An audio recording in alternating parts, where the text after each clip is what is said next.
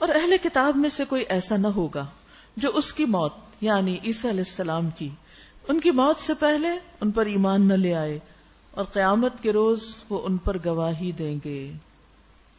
میں کل جب یہ آیات پڑھ رہی تھی تیاری کے لیے تو میں جسٹ امیجن کر رہی تھی کہ کس طرح اللہ سبحانہ وتعالی عیسیٰ علیہ السلام کو اٹھا کر اوپر لے گئے، اور پھر اب وہ آسمان پر ہیں، وہ سارا دن کیا کرتے ہوں گے، ان کا ایکسپیرینس کیا ہوگا۔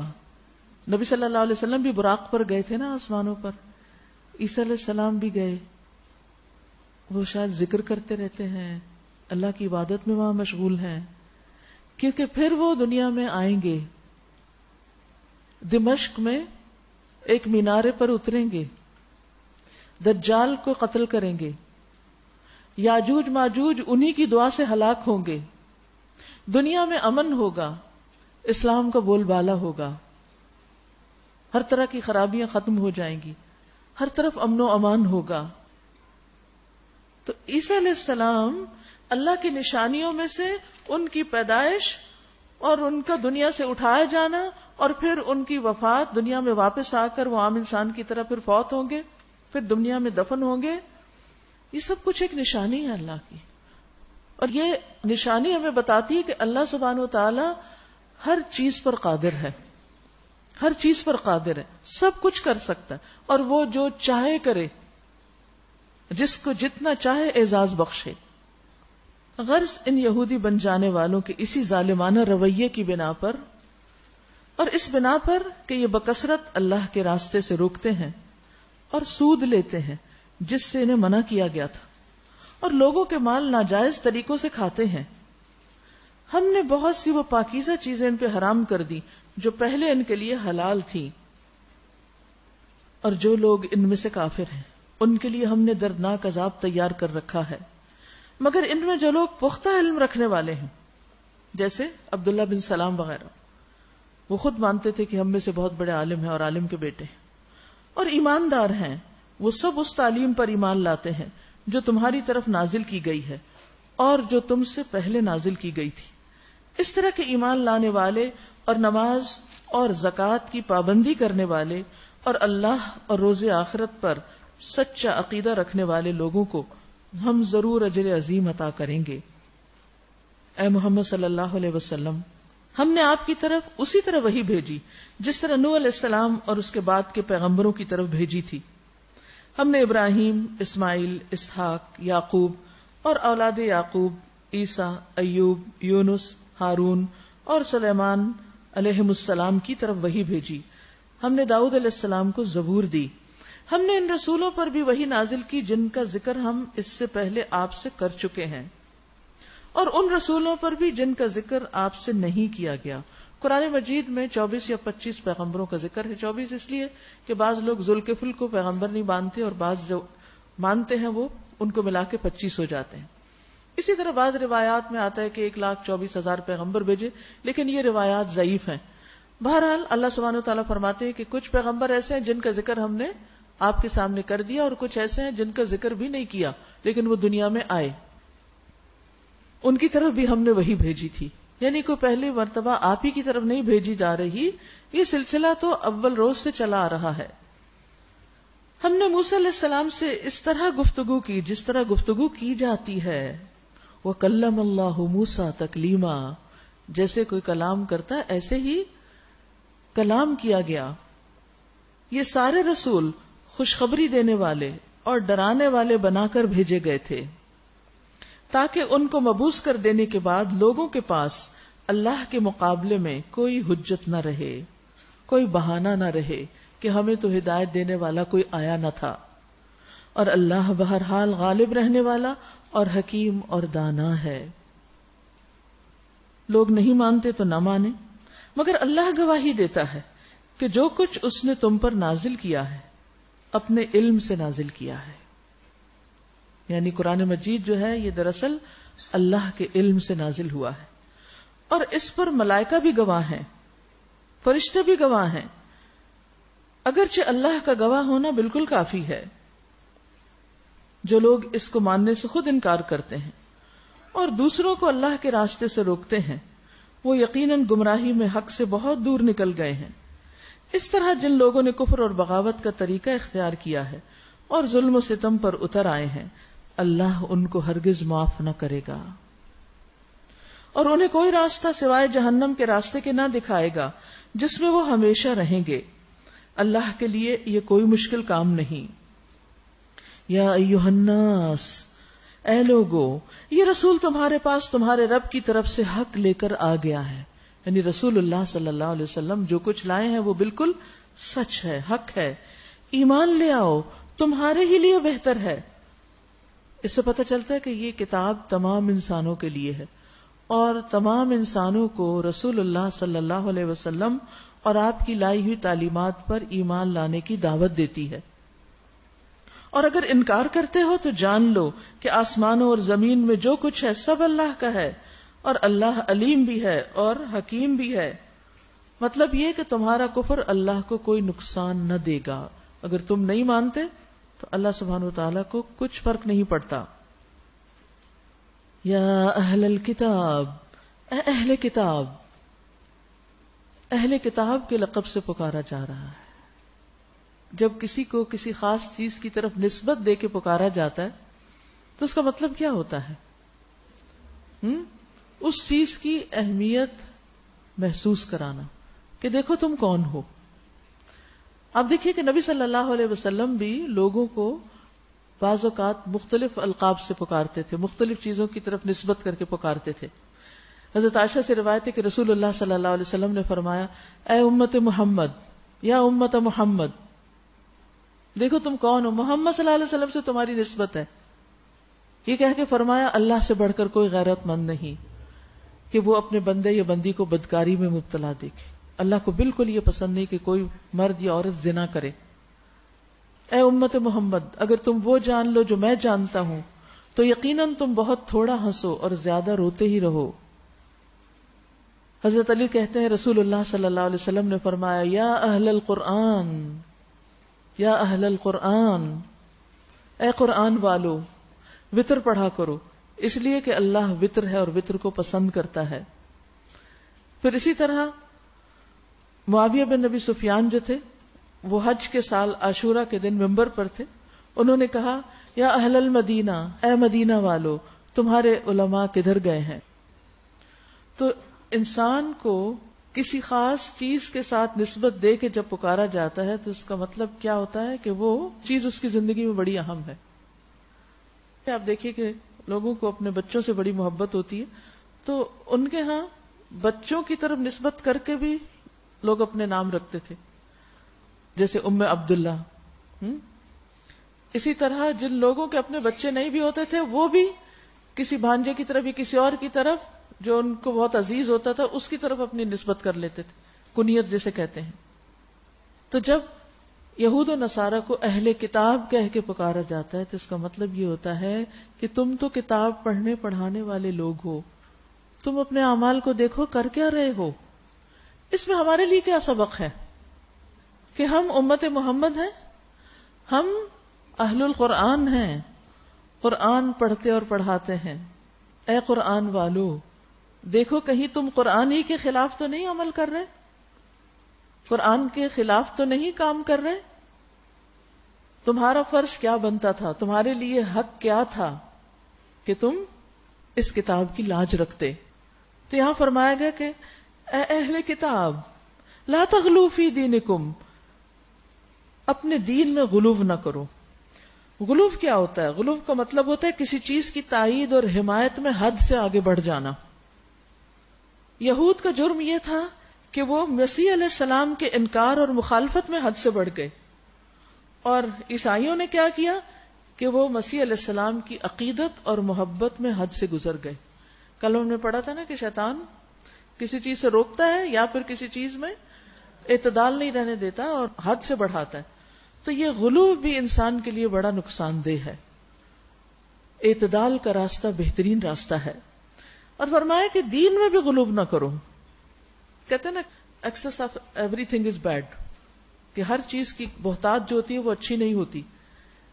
دین کے معاملے میں بھی، عبادت کے معاملے میں بھی، کسی بھی خیر اور بھلائی کے معاملے میں، صدقہ خیرات کے معاملے میں، ہر چیز میں انسان کو اعتدال سے کام لینا چاہیے. وَلَا تَقُولُوا عَلَى اللَّهِ إِلَّا الْحَقَّ، اور اللہ کی طرف حق کے سوا کوئی بات منسوب نہ کرو. مسیح عیسیٰ ابن مریم اس کے سوا کچھ نہ تھے کہ اللہ کے ایک رسول تھے اور ایک فرمان کلمہ کن جو اللہ نے مریم کی طرف بھیجا، اور ایک روح تھی اللہ کی طرف سے. بس تم اللہ اور اس کے رسولوں پر ایمان لاؤ اور مت کہو کہ تین ہیں. یہاں ٹرینٹی کو ڈینائی کیا جا رہا ہے کہ تین نہیں، اللہ بس ایک ہی ہے، الہ ایک ہی ہے. انتہو، باز آ جاؤ، خیر لکم، یہ تمہارے حق میں زیادہ اچھا ہے. انما اللہ الہ واحد، بے شک اللہ ایک ہی الہ ہے. سبحانہ، پاک ہے وہ، ان یکون لہ ولد، کہ اس کا کوئی بیٹا ہو. لہ ما فی السماوات و ما فی الارض، آسمان و زمین کی ساری چیزیں اس کی ملکیت ہیں. وکفی باللہ وکیلا، اور ان کی کفالت کے لیے بس وہی کافی ہے. اللہ کو کسی بیٹے کی ضرورت نہیں ہوتی. بیٹا تو اس کو چاہیے ہوتا ہے جس کو خود دنیا سے جانا ہے اور اپنے مال کے لیے اور اپنی لیگیسی کو آگے بڑھانے کے لیے اس کو بیٹے کی ضرورت ہے. اللہ تو اول و آخر ہے، ظاہر و باطن ہے، ہر چیز اسی کی ہے، وہ کسی بیٹے کا محتاج نہیں. پھر فرمایا مسیح علیہ السلام نے کبھی اس بات کو عار نہیں سمجھا کہ وہ اللہ کا ایک بندہ ہوں، اور نہ مقرب ترین فرشتے اس کو اپنے لیے عار سمجھتے ہیں. یعنی یہ سب بندگی میں ہی اپنی عزت سمجھتے ہیں، اپنا اعزاز و اکرام سمجھتے ہیں. اور واقعی بندے کے لیے سب سے اعلیٰ ترین مقام کیا ہے؟ سب سے زیادہ قریب وہ اپنے رب کے کب ہوتا ہے؟ جب وہ سجدے کی حالت میں ہوتا ہے. وہ بندگی کی انتہا ہے، عاجزی کی انتہا ہے. فرمایا اگر کوئی اللہ کی بندگی کو اپنے لیے عار سمجھتا ہے اور تکبر کرتا ہے تو ایک وقت آئے گا جب اللہ سب کو گھیر کر اپنے سامنے حاضر کرے گا. اس وقت وہ لوگ جنہوں نے ایمان لا کر نیک طرز عمل اختیار کیا اپنے اجر پورے پورے پائیں گے، اور اللہ اپنے فضل سے ان کو مزید اجر عطا فرمائے گا. اور جن لوگوں نے بندگی کو عار سمجھا، تکبر کیا، بندگی کو عار سمجھا، یعنی عبادت کے لیے وہ تیار نہیں اللہ کے آگے جھکنے کے لیے، اور پھر تکبر بھی کرتے ہیں، ان کو اللہ دردناک سزا دے گا. اور اللہ کے سوا جن جن کی سرپرستی اور مددگاری پر وہ بھروسہ رکھتے ہیں ان میں سے کسی کو بھی وہ وہاں نہ پائیں گے.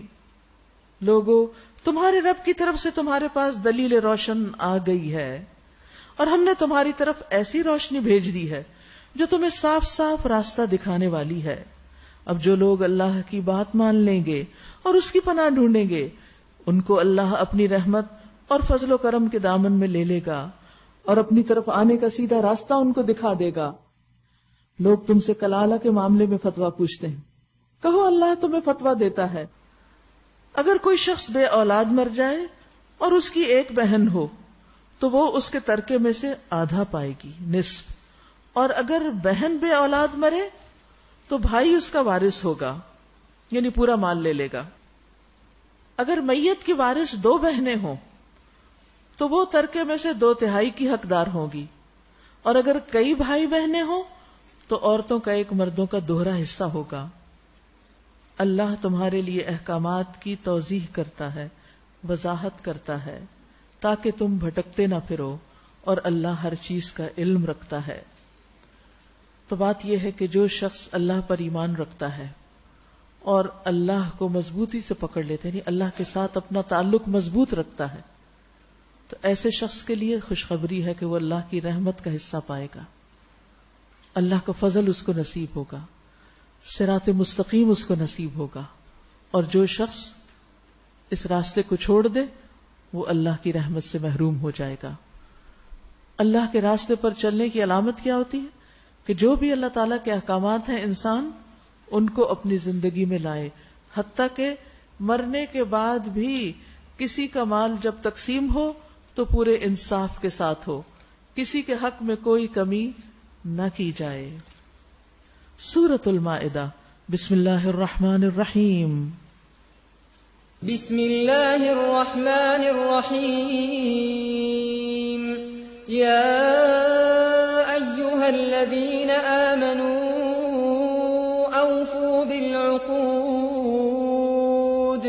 أحلت لكم بهيمة الأنعام إلا ما يتلى عليكم غير محل الصيد وأنتم حرم إن الله يحكم ما يريد يا أيها الذين آمنوا لا تحلوا شعائر الله ولا الشهر الحرام ولا الهدي ولا القلائد ولا آمين البيت الحرام يبتغون فضلا من ربهم ورضوانا وإذا حللتم فاصطادوا ولا يجرمنكم شنآن قوم أن صدوكم عن المسجد الحرام أن تعتدوا وتعاونوا على البر والتقوى ولا تعاونوا على الإثم والعدوان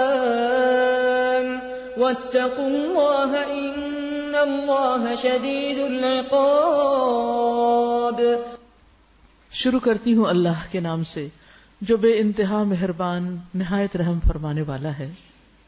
سورۃ النساء میں ہم نے پڑھا کہ اہل کتاب نے اللہ سے کیے ہوئے وعدے پورے نہیں کیے، ان کو توڑ دیا، تو ان کے اس نقض عہد کی بنا پر اللہ تعالیٰ ان سے ناراض ہوا.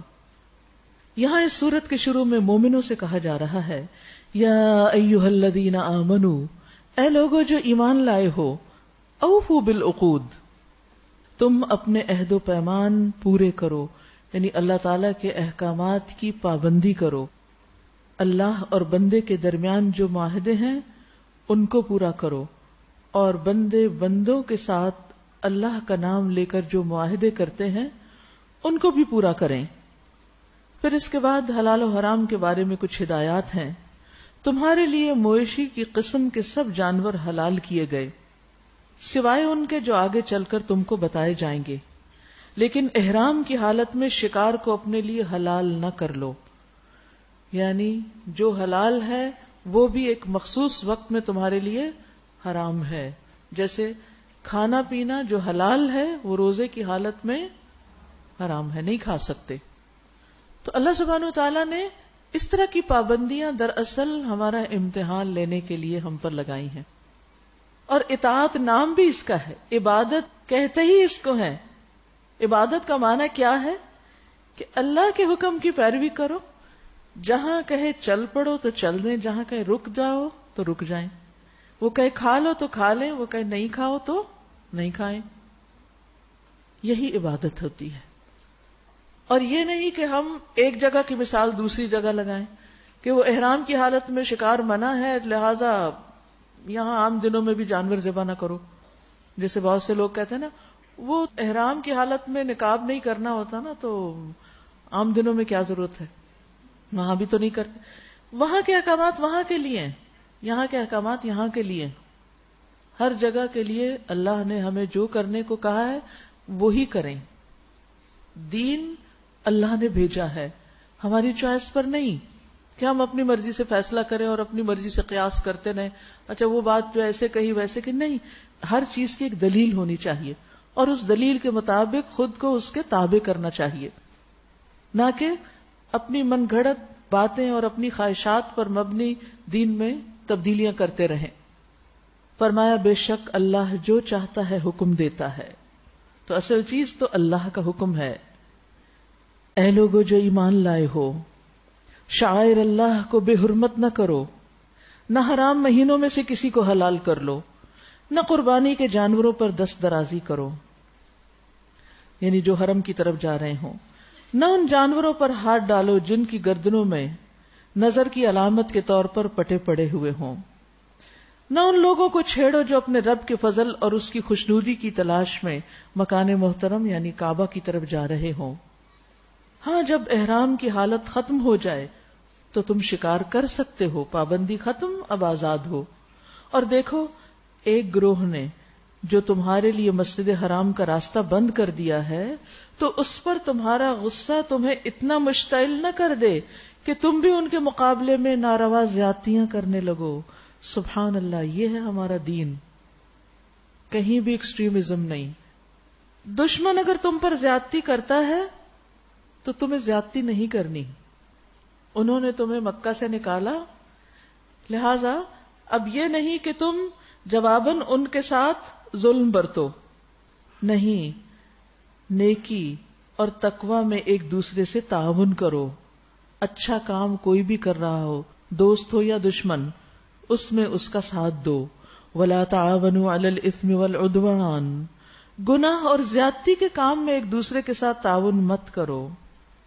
وَاتَّقُوا اللَّهَ، اور اللہ سے ڈرو. ان اللہ شدید العقاب، بے شک اللہ سخت سزا دینے والا ہے.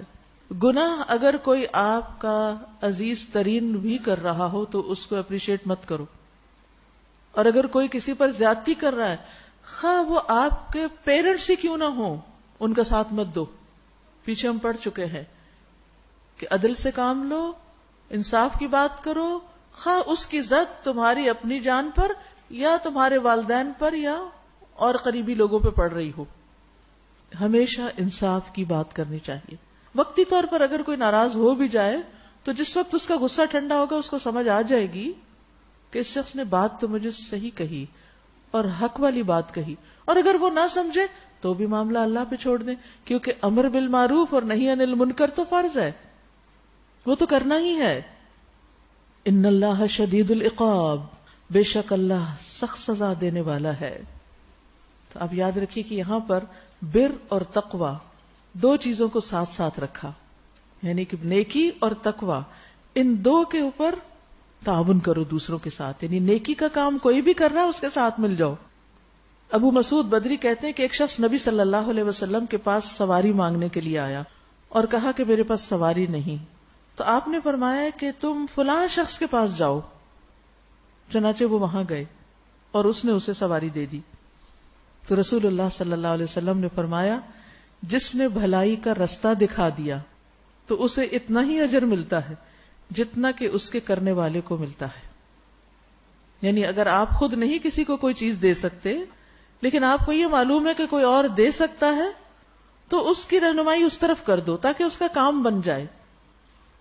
من یشفع شفاعۃ حسنۃ یکن لہ نصیب منہا، جو کسی کی اچھی سفارش کرے گا تو اس کو اس میں سے حصہ مل جائے گا صرف سفارش کرنے سے. پھر فرمایا حرمت علیکم المیتۃ والدم ولحم الخنزیر وما اہل لغیر اللہ بہ، تم پر حرام کیا گیا مردار، خون، سور کا گوشت، وہ جانور جو اللہ کے سوا کسی اور کے نام پر ذبح کیا گیا ہو، یعنی جسے ذبح کرتے ہوئے اللہ کے علاوہ اس پر کسی اور کا نام پڑھا جا رہا ہو، چاہے وہ اللہ کے رسول ہی کیوں نہ ہو، چاہے وہ کوئی اور بزرگان دین میں سے کیوں نہ ہو. اور پھر جو گلا گھٹ کر یا چوٹ کھا کر یا بلندی سے گر کر یا ٹکر کھا کے مرا ہو وہ بھی حرام ہے. یا جسے کسی درندے نے پھاڑا ہو سوائے اس کے جسے تم نے زندہ پا کر ذبح کر لیا ہو، اور وہ جو کسی آستانے پر ذبح کیا گیا ہو، کسی کی قبر پر یا جہاں کوئی بت رکھا گیا ہو. نیز یہ بھی تمہارے لیے ناجائز ہے کہ 500 کے ذریعے سے اپنی قسمت معلوم کرو. یہ سب فسق ہے، نافرمانی کے کام ہے. اللہ سبحانہ وتعالی نے واضح کر کے بتا دی کہ کیا کیا کرنا تمہارے لیے جائز نہیں.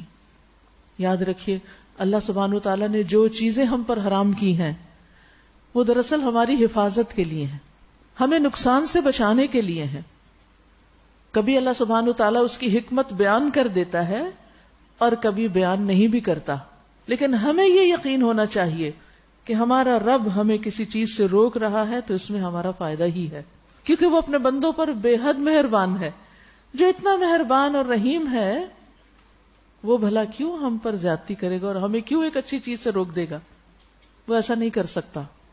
آپ دیکھیے کہ جب ہمیں کسی انسان پر اعتماد ہوتا ہے، اپنے والدین پر ہوتا ہے یا اپنے کسی عزیز دوست پر ہوتا ہے یا استاد پر ہوتا ہے، تو ہم اس کے کہنے سے وہ کام کر لیتے ہیں جو وہ ہمیں کہتا ہے اور اس سے رک جاتے ہیں جس سے وہ روکتا ہے، کیونکہ یہ ٹرسٹ کی بات ہے. ڈاکٹر ہمیں جو دوا دیتا ہے تو ہم یہ تھوڑی دیکھتے ہیں کہ یہ ہمارے لیے واقعی فائدے کی ہے یا نہیں، کیونکہ ہم تو ڈاکٹر نہیں، ہم تو اس کے علم کی وجہ سے، اس کے تجربے کی وجہ سے اس پر اعتماد کرتے ہیں. تو اگر ہمارا اعتماد اللہ سبحانہ و تعالی پر اتنا بھی ہو جائے جتنا ہم ایک ڈاکٹر پر کرتے ہیں یا ایک ٹیچر پر یا اپنے پیرنٹس پر، تو ہم ان ساری چیزوں کو چھوڑ دیں جن سے اللہ نے منع کیا کہ ان کے پاس نہ پھٹکو، ان کے قریب بھی نہ جائیں، ہمیں گناہوں سے کوئی دلچسپی نہ ہو.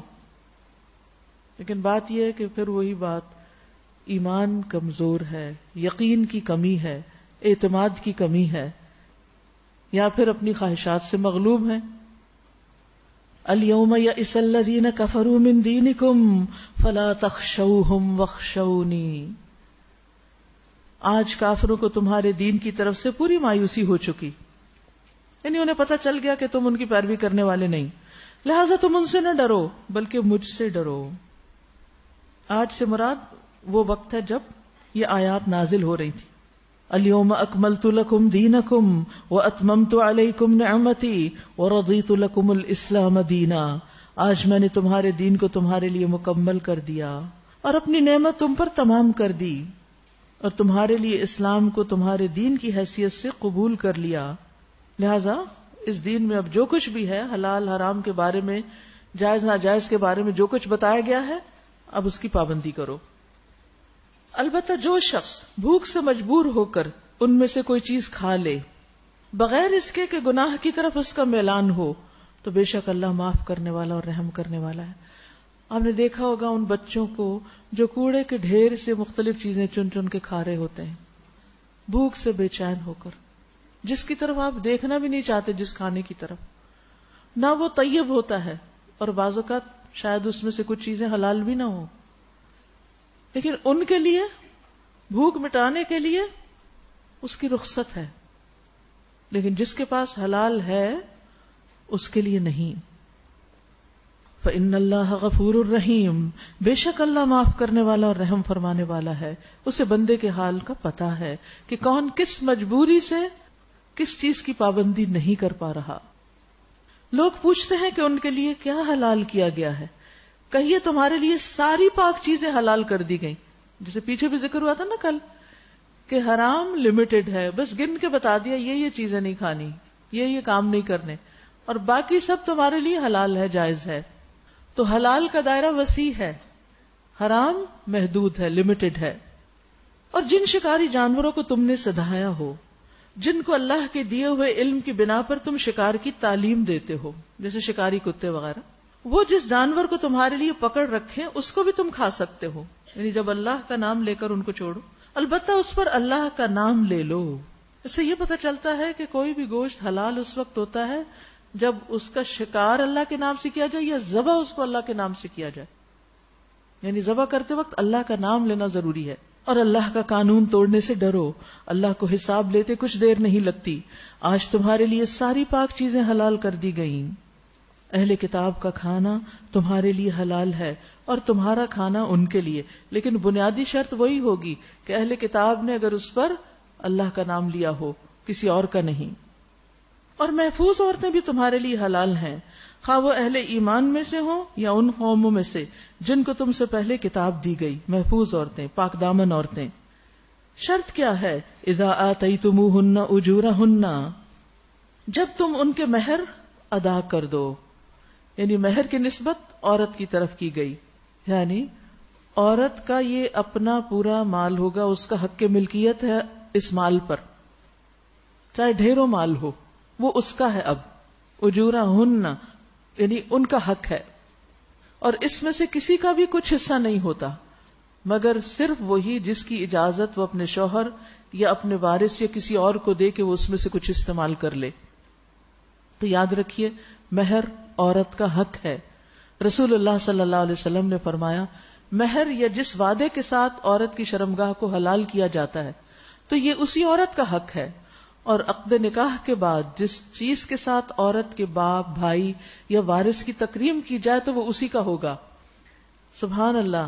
ہمارا دین کیا سکھاتا ہے کہ لڑکے والے لڑکی کو بھی مہر دیں اور اس کے جو وارث ہیں، بھائی، باپ اور دیگر رشتہ دار، ان کو بھی تحفے تحائف دیں. ہمارے ہاں کیا ہوتا ہے؟ سبحان اللہ، بالکل الٹ. لڑکی جہیز بھی لے کر آئے اور سارے خاندان کے لیے کپڑے اور دیگر تحفے تحائف بھی لے کر آئے. اور یہاں آپ دیکھیے کیا کہا جائے، مسند احمد کی روایت ہے کہ مہر عورت کا حق ہے، اور نکاح کے بعد جس چیز کے ساتھ عورت کے باپ، بھائی یا وارث کی عزت کی جائے، یعنی تحفہ وغیرہ دیا جائے، تو وہ اسی کا ہوگا، یعنی ان کا حق ہوگا. اور انسان کی جس کے بدلے میں سب سے زیادہ تکریم کی جانی چاہیے، کسی بھی انسان کی جس چیز کے بدلے سب سے زیادہ عزت ہونی چاہیے، وہ اس کی بیٹی یا بہن ہے. اتنا بڑا مقام، عزت اور رتبہ دیا اللہ نے عورت کو کہ اگر تم کسی کی بیٹی لے آتے ہو تو اب اس کی وجہ سے تم اس بچی کے والد، بھائی اور جو اس کے رشتہ دار ہیں ان سب کی بھی عزت کرو. لیکن آپ نے دیکھا ہوگا بعض اوقات افسوس کے ساتھ یہ کہنا پڑتا ہے کہ مرد حضرات بیوی کیا، بیوی کے باپ کو بھی گالیاں دینے لگتے ہیں، ماں کو بھی برا بھلا کہنے لگتے ہیں، اور بھی، حالانکہ ان بیچاروں کو قصور نہیں ہوتا.